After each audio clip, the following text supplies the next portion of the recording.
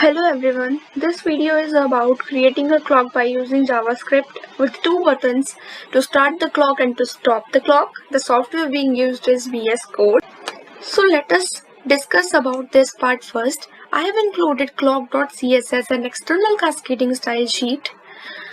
In clock.css there is nothing so much technical. I have just included background color, text alignments, paddings, colors, margins. You can do it accordingly. Okay, so we have two buttons over here. Stop the clock, start the clock.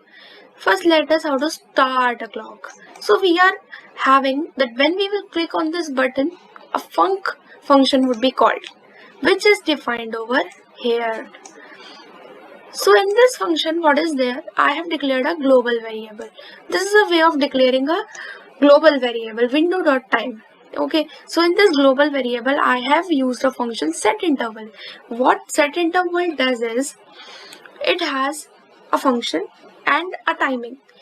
So it basically tells you which function you have to call and after how many milliseconds you have to call it. Okay, so this setInterval is calling this timing function after every 1000 milliseconds, or you can say 1 second. So after every 1 second, this function would be called.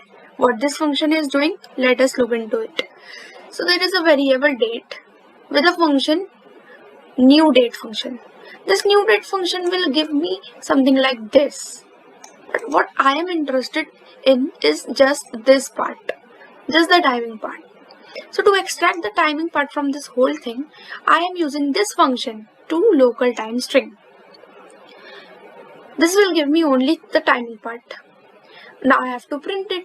So to print it, I am using this ID start belonging to this paragraph element, and this time would be printed over there.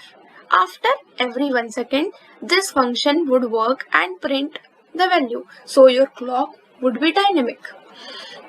And what we are doing to stop the clock? We have a function clear interval, and I am passing this parameter time, the global variable which I declared over here. So this set interval would collapse and the whole thing would stop.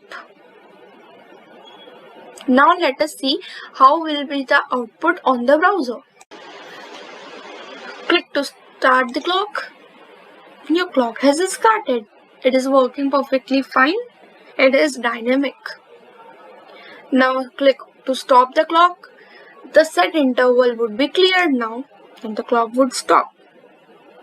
Now again, if you click on start the clock, it will start working again. The source code is in the description. Thank you.